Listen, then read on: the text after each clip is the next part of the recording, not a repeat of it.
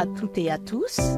Bienvenue à notre podcast Reinventing Africa, réinventer l'Afrique. Ce podcast qui est produit par le cabinet Stratégie et qui se focalise sur l'État fonctionnel en Afrique. Nous avons décidé, il y a plusieurs années maintenant, d'examiner, quand on a eu 25 ans, on a examiné les 25 dernières années pour se poser la question, qu'est-ce qu'on a appris, qu'est-ce qu'on peut tirer comme leçon majeure qui impacte le développement en Afrique. Et un des éléments clés, c'était la fonctionnalité de l'État, l'importance de la fonctionnalité de l'État dont on ne parle pas suffisamment quand on parle développement en Afrique. Et alors, notre concept, si vous regardez les épisodes précédents, le concept de l'État fonctionnel en Afrique a 3 piliers clés. La présence déjà de l'État sur l'ensemble de son territoire national et le pilier 2 dont on va parler aujourd'hui, la sûreté et la durabilité de l'État. Comment est-ce qu'on peut être sûr en tant que citoyen, en tant que acteur de développement, comment est-ce qu'on peut être sûr de ce qu'on fait, que ce qu'on fait est vraiment, on a vraiment quelque chose de tangible, de concret, mais aussi quelque chose de durable. Et pour discuter de ce deuxième pilier, on a un invité, comme d'habitude. Et là, notre invité, c'est un consultant senior à stratégie. Notre invité fait partie de l'équipe Crestin qui travaille sur le concept de l'État fonctionnel. Notre invité, c'est quelqu'un qui fait des recherches, des analyses, de la facilitation, des conversations sur les tendances globales de notre continent, que ce soit en matière de sécurité, d'économie ou d'autres éléments sociaux qui nous impactent en tant qu'Africains. Franck Essi, il est économiste, il est consultant et aujourd'hui, il va mettre sa casquette de ceux qui pensent l'État fonctionnel en Afrique pour qu'on parle de ce deuxième pilier, sûreté et durabilité. Bienvenue. Merci beaucoup, Ka. Félicitations pour tout ce que toi et l'ensemble de l'équipe de stratégie faites déjà pour le développement de notre continent, pour la réalisation de projets importants pour les populations et surtout pour les initiatives dans cette aventure conceptuelle intéressante qu'est l'État fonctionnel. Alors, on l'a dit dans les épisodes précédents, on ne parle pas suffisamment de la fonctionnalité de l'État. On va dire, il faut reformer le système judiciaire d'un pays, mais on ne va pas penser, premier pilier, présence. Est-ce que ce système est présent sur l'ensemble du territoire national? On ne va pas penser beaucoup au personnel. Quel est l'état du personnel? Quelle est sa formation? Quelles sont les méthodes de gestion, etc. Donc, on pense parfois des stratégies de développement sans penser à l'État lui-même qui doit mettre en œuvre ces stratégies et garantir leur durabilité. Et aujourd'hui, ce deuxième pilier est sur la sûreté d'une part, la durabilité de l'autre. Les deux sont très, très liés. D'abord, c'est quoi ce deuxième pilier? Qu'est-ce qu'on veut dire par sûreté et durabilité? Oui, avant d'y répondre, je vais renchérir en disant que c'est effectivement important de souligner que l'État en Afrique est central. Et que c'est une conception libérale qui conduit à dire qu'il faut voir l'État. Parce que l'État, c'est le problème.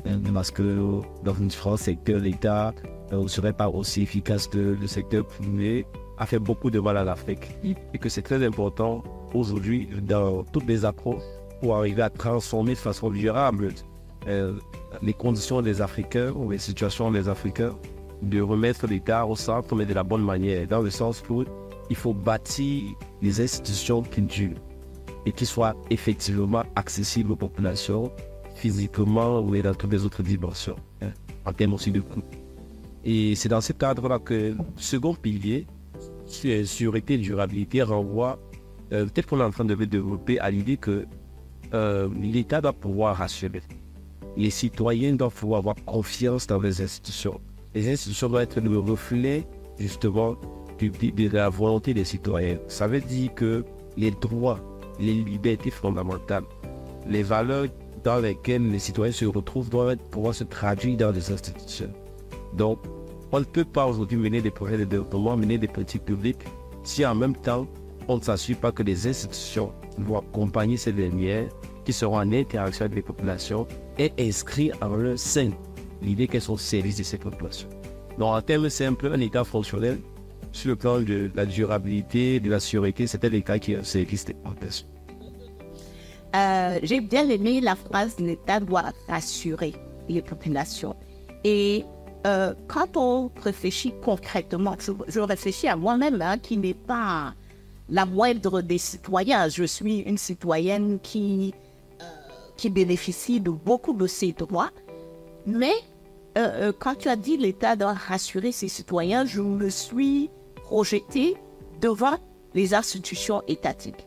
Que ce soit, si je suis en train d'entrer dans un ministère, si je suis face à la police, si je suis en train de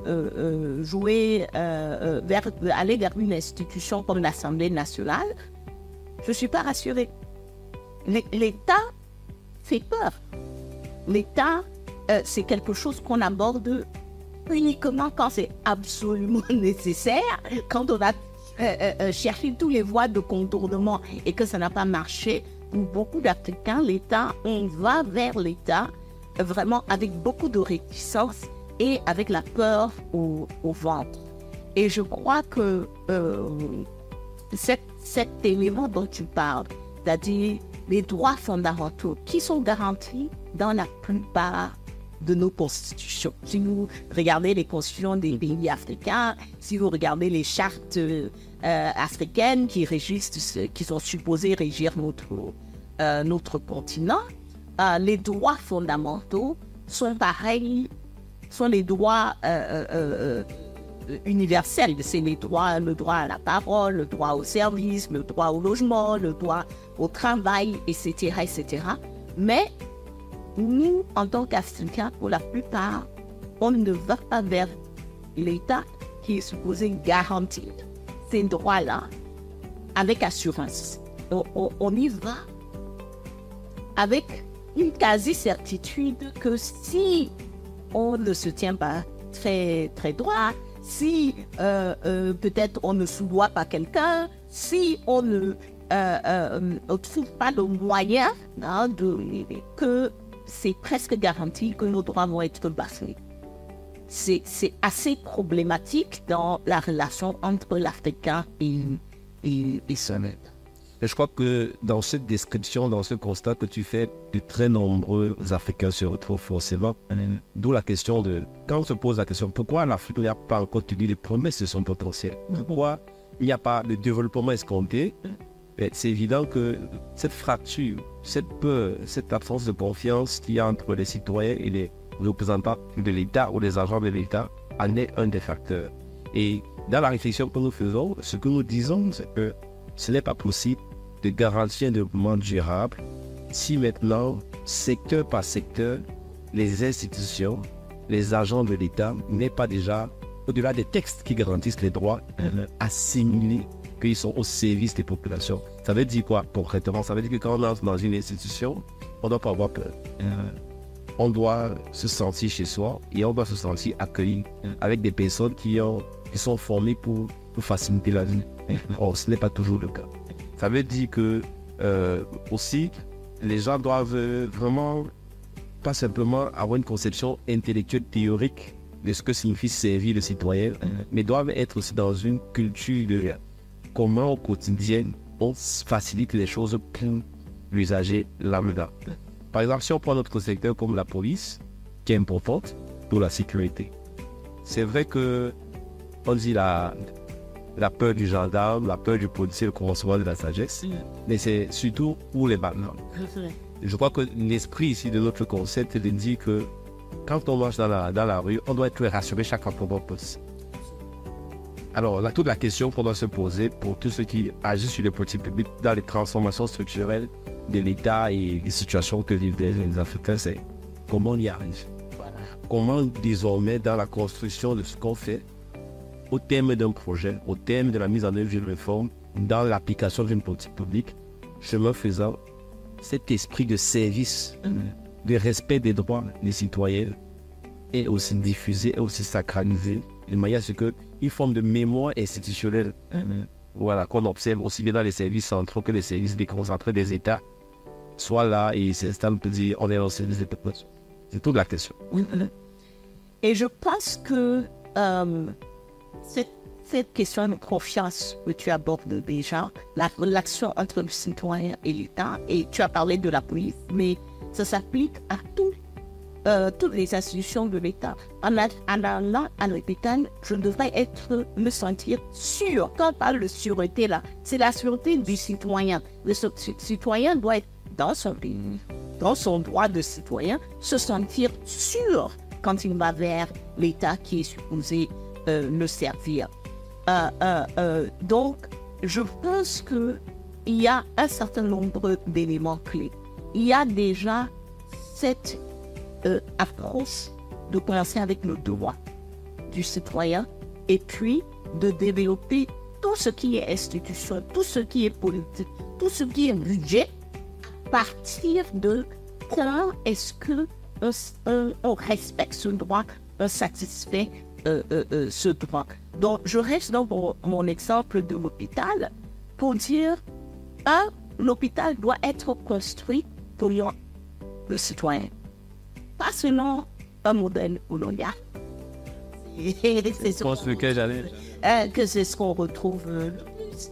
Pas avec des murs qui créent une barrière entre moi, citoyen, et l'hôpital de l'État qui est supposé me servir, pas avec plein de règles qui, avant même que je ne puisse accéder à un médecin et dire à un médecin, voilà, j'ai mal à gauche ou à droite, il faut que j'achète le cahier, il faut que je remplisse tel formulaire, il faut que j'achète parfois un timbre, il faut que... Donc on me met plein de barrières, et ça, c'est à l'encontre de cette culture dont tu parles. En fait, et quand je me plains, si je suis un citoyen qui se sent suffisamment citoyen pour se plaindre, parce que beaucoup de citoyens se disent que je me fasse tout petit, en espérant qu'en me faisant tout petit, je vais quand même arriver à avoir le service.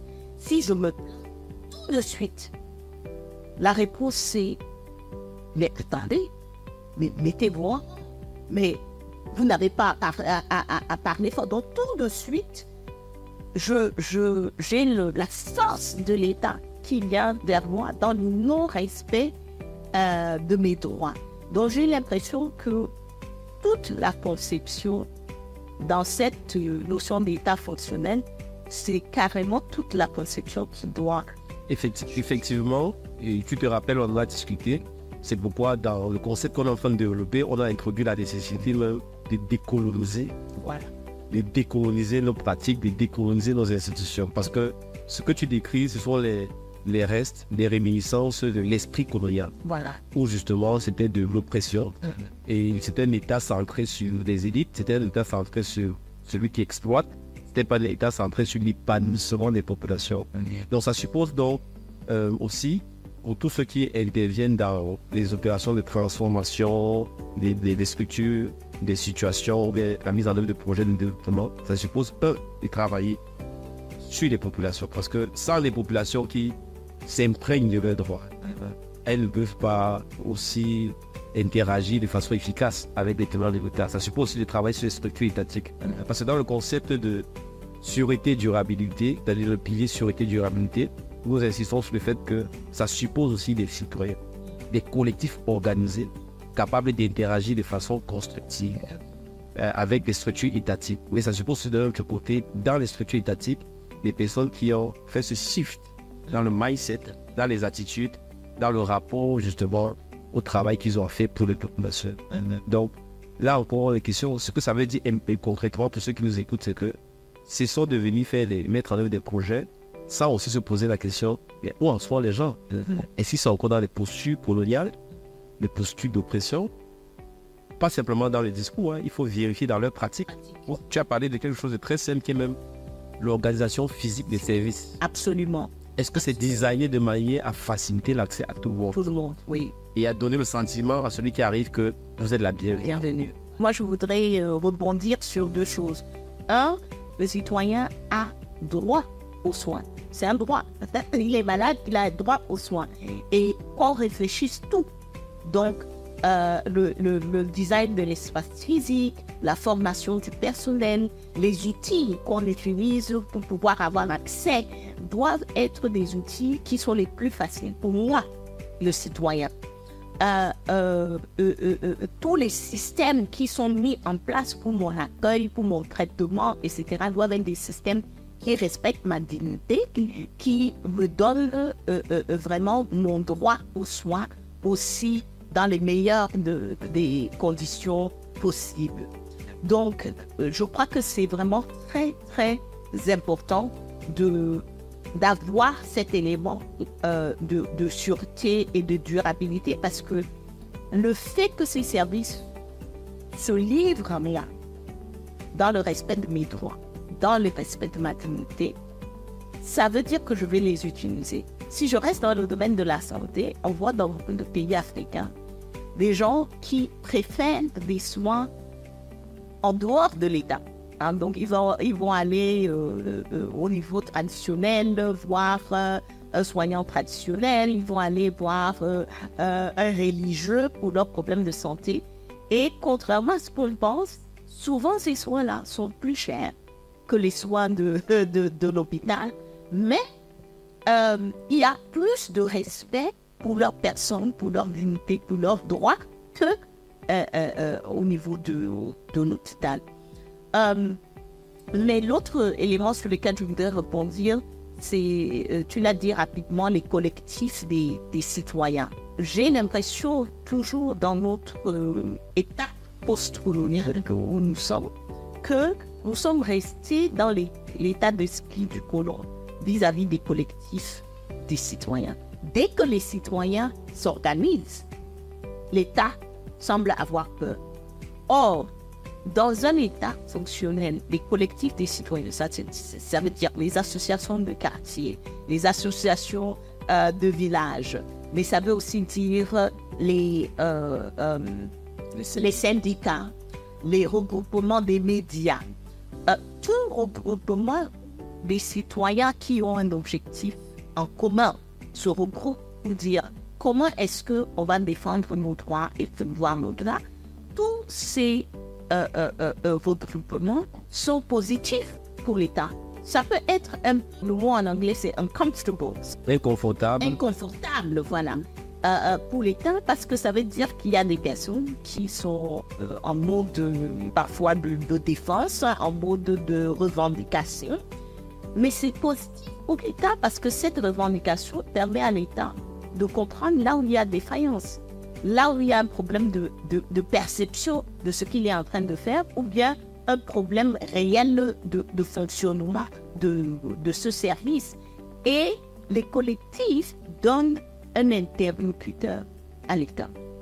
Parce que un des problèmes de la non-fonctionnalité de nos États, c'est l'absence des partenaires au sein de la citoyenneté.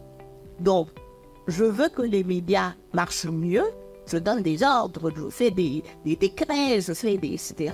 Et en face, il n'y a pas de répondant parce que je n'ai pas associé les personnes qui sont supposées mettre en place ma vision, je ne les ai pas associés à la conception de la vision, à la définition de la stratégie, à la définition des règles, pour que ça corresponde véritablement à leur réalité.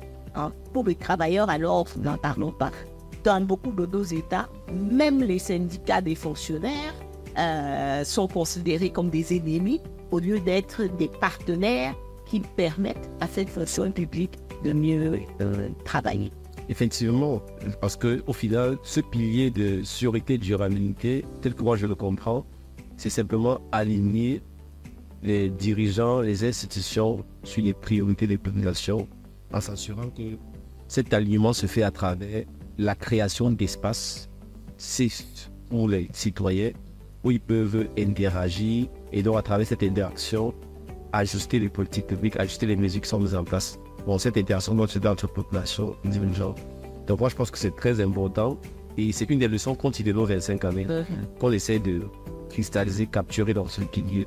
Et c'est ça l'utilité, c'est que si pour les prochaines années, pour le développement de l'Afrique, avec actuellement ce qu'on observe comme conflit, comme grand bouleversement, particulièrement en Afrique de l'Ouest, etc. Certaines idées qui émergent qui disent peut-être c'est pas la démocratie qu'il faut, peut-être la bonne gouvernance, c'est pas le concept, peut-être cette affaire des droits humains c'est un luxe. Donc, tout ça pour dire que non, le développement durable, la paix profonde, la véritable harmonie et cohésion sociale qui ne peut pas se faire sans les institutions qui ne sont pas inclusives de toutes les... Donc c'est ça principalement l'idée. Et nous, en stratégie, nous pensons que n'importe quelle approche doit développer des outils qui rassurent l'existence, l'alignement sur les besoins fondamentaux de la population. Mais j'avais une question qui peut-être sur laquelle on travaille. J'aimerais s'écouter parce que tu rencontres beaucoup de dirigeants. Qu'est-ce qu'on fait lorsqu'on est un acteur, pas de premier plan, c'est-à-dire un acteur de développement, et on arrive dans un environnement où il y a la restriction de l'espace démocratique et une absence de volonté de serrer les populations de la part des dirigeants. C'est-à-dire qu'officiellement, ils disent qu'ils veulent le développement, mais dans la réalité, ils sont dans un phénomène de capture de l'État. Pour le bien-être personnel. Alors, moi, je dirais que je pars d'un cas concret, d'un secteur concret que nous connaissons bien, l'agriculture, et qui, a priori, peut ne pas sembler être un secteur où il y a beaucoup de bafouements de droits, etc. Sauf que quand on regarde de près, en agriculture, on doit, parce que fondamental à ce pilier sûreté et durabilité, c'est l'état de droit. C'est le pilier de l'état de droit, du respect de l'état de droit.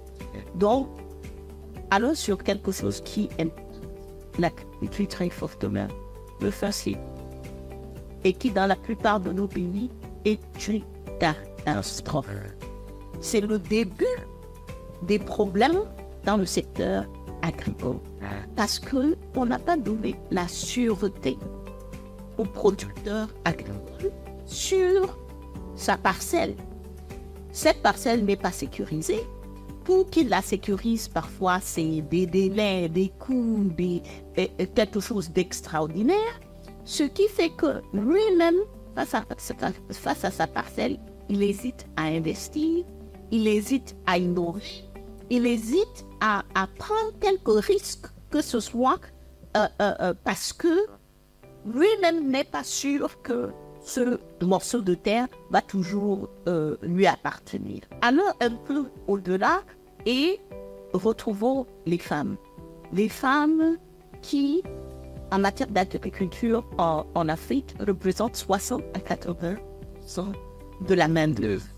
C'est les femmes qui produisent, c'est les femmes qui transportent, c'est les femmes qui transforment, c'est les femmes qui commercialisent, c'est les femmes qui cuisinent. On mange en Afrique grâce aux femmes. Alors, dans la plupart de nos pays africains, quand on parle de la sécurité foncière, c'est une chose pour l'ensemble des citoyens, c'est pas très bon. Pour les femmes, c'est énorme. On n'a pas fait des lois, on n'a pas bâti une culture. Heureusement, il y a des pays africains qui sont en plein dans cette réforme. Je crois que l'Éthiopie, le Rwanda, il y a des bons exemples. Mais si on n'arrive pas à sécuriser la terre pour la femme qui est l'acteur clé du développement, on va s'en sortir. Maintenant, regardons ces populations producteurs dans le pays, l'aspect inclusion dans ce bas. Combien de notre pays réellement intègre les agriculteurs quand ils sont en train de développer leur stratégie pour l'agriculture et combien de pays se mettent en position réelle de réflexion. Nous avons tous, 2020-2021, nous avons tous subi le choc Covid et puis ensuite guerre en Ukraine et en Russie. Ça a fortement impacté l'agriculture en Afrique. Combien de chefs d'État est-ce que vous avez vu aller en concertation avec leurs agriculteurs pour se poser la question comment est-ce que nous allons gérer ce qui était quand même une crise majeure? Combien de ministres de l'agriculture ont tenu des séances de réflexion avec ces agriculteurs-là pour dire on a eu un choc qui n'était pas de notre contrôle, c'est un choc externe qui est venu à nous, mais c'est ensemble qu'on doit voir comment gérer ça. C'est ensemble qu'on doit, à partir d'une crise, créer une opportunité, parce qu'il y a toujours une opportunité dans une crise. Donc, cette manière de gérer avec les collectifs de la population, avec les concernés, dans le respect de leurs droits, c'est ça qui crée la sûreté et la durabilité. Et maintenant, pour répondre à ta question, de quand on a un État qui dit une chose, parce que la plupart de nos États, ils parlent de poches le gaz. Voilà, mais ils font autre chose. Je crois qu'en tant qu'acteur de développement, surtout si on est des projets de coopération, etc., il faut d'abord faire une bonne analyse de la situation. Quelle est la situation des droits dans ce secteur? Comment ces droits sont respectés ou pas respectés? Et c'est à partir de cette analyse qu'on trouve les leviers d'action. Parce que le renforcement des collectifs de producteurs, ou bien des collectifs des transformateurs, ou bien c'est un moyen d'agir sur leur capacité à défendre leurs droits. La mise sur la table avec l'État d'une discussion sur est-ce que les droits des travailleurs de l'État lui-même dans le ministère de l'Agriculture sont respectés. Et s'ils ne sont pas respectés, qu'est-ce qu'on peut faire à travers ce projet à mieux respecter ces droits-là en termes du salaire qu'ils reçoivent, en termes de la formation qu'ils reçoivent, en termes de comment est-ce qu'on fait les promotions, etc. Donc, je crois qu'il y a beaucoup de leviers. C'est le champ est tellement vaste quand on parle de l'État fonctionnel et surtout de ce pilier sûreté et durabilité. Le plus important, c'est de l'intégrer dans l'analyse que nous faisons et parmi les piliers clés de la stratégie. Effectivement, parce que tu allais le dire, s'il y a quelque chose à retenir et s'il y a une valeur ajoutée à ce concept, c'est absolument intégrer dès le départ, dès la conception, ces différentes dimensions institutionnelles à la réflexion parfois technique. Elle peut être agricole, elle peut être dans un autre secteur économique que nous faisons lorsque nous intervenons. Donc effectivement, voilà, moi je trouve que c'est un des chantiers incontournables si on veut que l'Afrique fasse des pas du géant. Sans institutions inclusives, sans des institutions alignées sur les droits. Et surtout, je pense que ce à quoi par exemple les professionnels du développement doivent penser, c'est ces droits qui sont intimement liés à l'atteinte des objectifs de transformation structurelle. Parce que nous, en stratégie, notre expérience, c'est la conviction qu'il n'y a pas de transformation structurelle. Il n'y a pas de boom économique qui soit associé au respect intime des droits et des intérêts des principaux travailleurs, des populations concernées par des enjeux dans le secteur ou bien dans un pays. Donc voilà, c'est ce qu'on essaye de faire. Tout n'est pas encore clair, nous pensons qu'il y a encore beaucoup d'autres obstacles. Parfois, on veut parler de sécurité dans des endroits où il y a des grands conflits, il y a une grande violence, où l'État même est à terre. Ça demande de développer des approches spécifiques. On peut parler dans des domaines où il y a de la corruption. Ça demande des réflexions spécifiques. Mais voilà, ce qu'on essaie de faire, c'est de dire que c'est la direction dans laquelle il faut aller. Il ne faut pas renoncer à cet effort de transformation structurelle des institutions. Absolument. Et je dirais aussi que c'est très important parce que parfois, nous qui travaillons sur la gouvernance, parfois on pense qu'il y a la gouvernance à part et puis les secteurs techniques à part. Donc, la santé, tout est lié. Et tout est lié. Et ce deuxième pilier qui concerne les droits, l'état de droit, le système de justice, l'inclusion, la possibilité pour les citoyens de se réunir et défendre ces droits-là concerne absolument chaque secteur.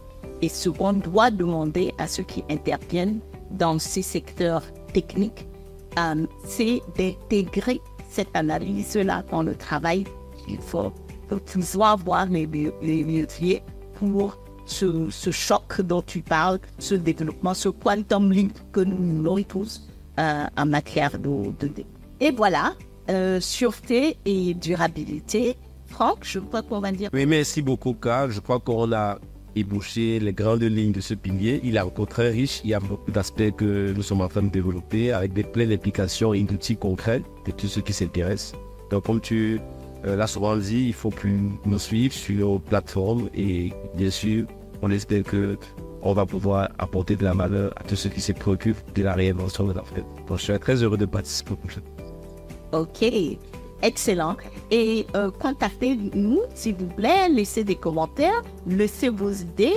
On le dit, l'état fonctionnel, c'est un concept, c'est un cadre, c'est un outil et il est en plein développement.